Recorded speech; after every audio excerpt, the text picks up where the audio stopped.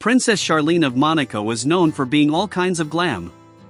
The Zimbabwe-born royal wears gorgeous designer clothes, carries the cutest clutches, and have you seen her tiaras?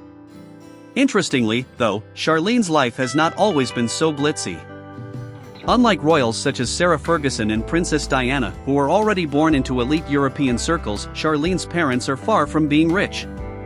In fact, growing up, Charlene was very middle class.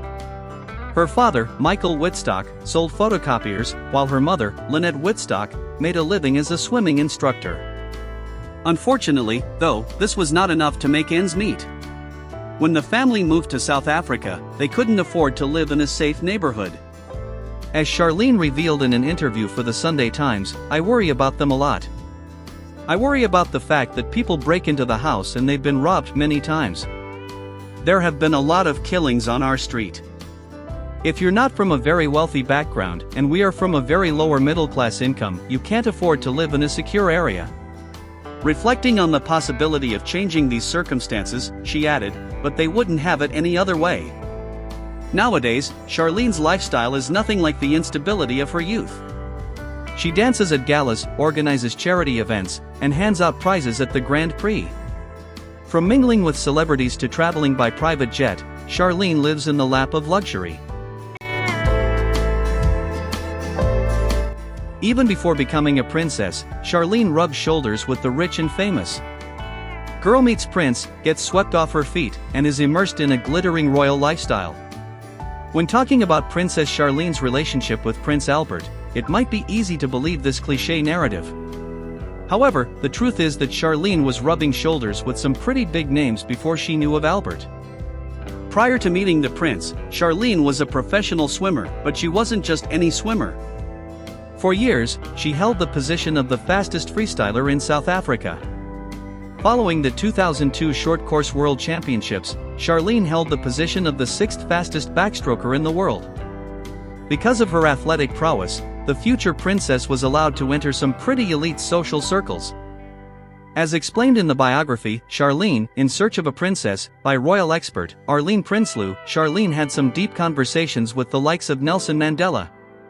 Apparently, the former president urged Charlene to use her talents and return to the swimming pool after she suffered a health-related setback. He would later advise her again on coping with the media. As a result, by the time Albert asked her on a date in 2000, Charlene was used to being around prominent people. According to Charlene's old trainer, Dean Prince, nobody in the swimming community blinked an eye when she began dating the prince. As he told Prinsloo for her book, "These things happen, and you just carry on." When she married Prince Albert, Charlene got some serious bling. When Prince Albert and Princess Charlene tied the knot in 2011, the royal bride found herself in a whole new world. If Charlene experienced aspects of the high life during her swimming career, she got to enjoy even more luxuries as a princess. One of the biggest perks of becoming a princely consort was receiving bespoke jewelry. Indeed, in celebration of their nuptials, Albert gave his bride several custom-made pieces. Chief among these was the Van Cleef & Arpels Ocean Tiara, which can also be worn as a necklace. Made of diamonds and sapphires, this piece tries to reflect the multicolored nature of the waters that surround Monaco. Because of this, the Beaumont notes, the Ocean Tiara combines 1,200 stones of various different shades. The piece's crown jewel, so to speak, is a 4-carat diamond nestled into the center of the design. As if that wasn't opulent enough, the tiara came with a matching set of ocean earrings. Naturally, these were far from being the only pieces that Albert bestowed upon Charlene. The princess also received the Infinite Cascade necklace, which was designed by Tabba jeweler as Najib Tabba. According to the court jeweler, the necklace was created using 1,237 diamonds, as well as 6 pearls. Like the Ocean Tiara, the Infinite Cascade necklace resembles the smooth flow of water. Considering Charlene's past as a swimmer, these lavish gifts seem especially apropos. Charlene enjoys formal dinners on the regular.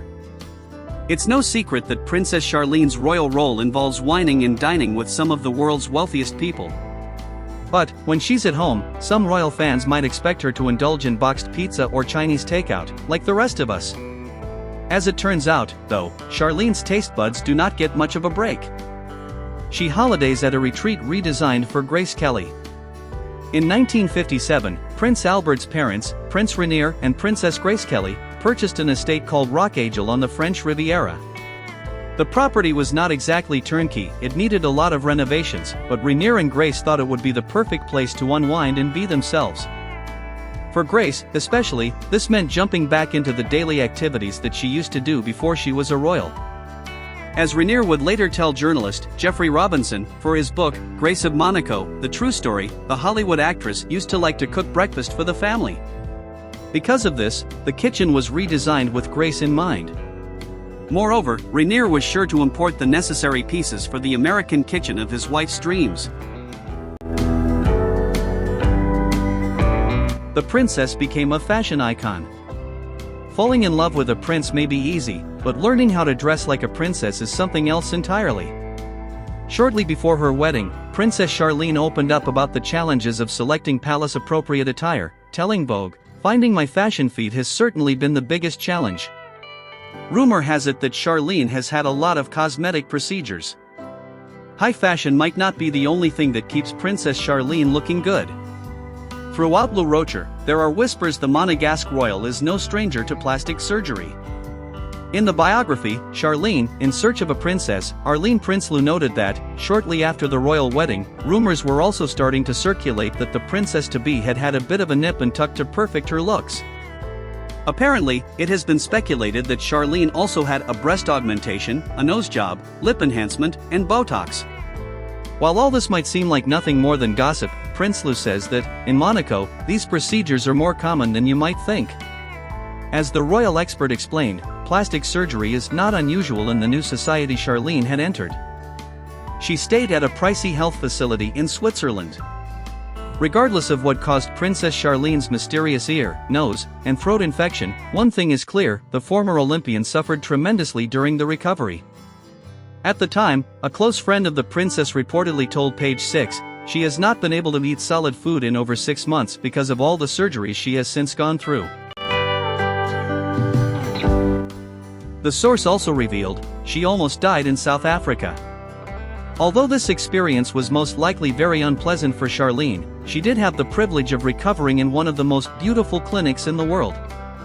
According to an investigative report by the Daily Mail, the princess spent 4 months healing at Clinic Les Alpes, a luxurious health facility nestled in the snow-capped mountains of Switzerland.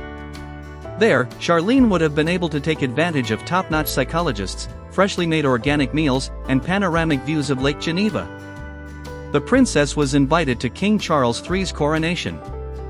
Princess Charlene might have struggled with her health issues for a while, but once she was feeling better, the Zimbabwe-born beauty was out and about.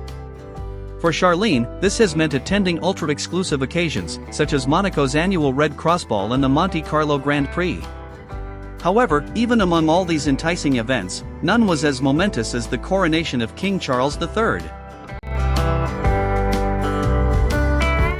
Charlene travels by yacht and private plane. In order to perform her royal duties, Princess Charlene is expected to travel around the world, and as a member of the royal family, Charlene often does so in style. Over the years, the princess has relied on some pretty exclusive forms of transport to get from one country to another. This was especially evident in 2021 when she finally recovered from her ear, nose, and throat infection. At the time, Charlene needed to return to Le Rocher from South Africa and didn't exactly fly commercial. As reported by the Mirror, the princess traveled as far as Nice by private jet. From there, she took a helicopter directly back to the Prince's Palace of Monaco. It's important to note, however, that Charlene does not only get to enjoy luxury travel when she's feeling down. During the summer, she also gets to go on vacation with Prince Albert and their twins, Princess Gabriella and Prince Jacques. In the past, the family has been known to enjoy yachting in the Mediterranean Sea. In 2023, the Daily Mail reported that they spent some time on a yacht belonging to the investor and tennis enthusiast, Bulut Utemiratov. Anchored off the coast of Corsica, this vessel allowed Charlene and her family to access some of the island's most paradisiacal beaches. There, the Grimaldis were spotted swimming in the ocean, stretching on the shore, and frolicking in the sand.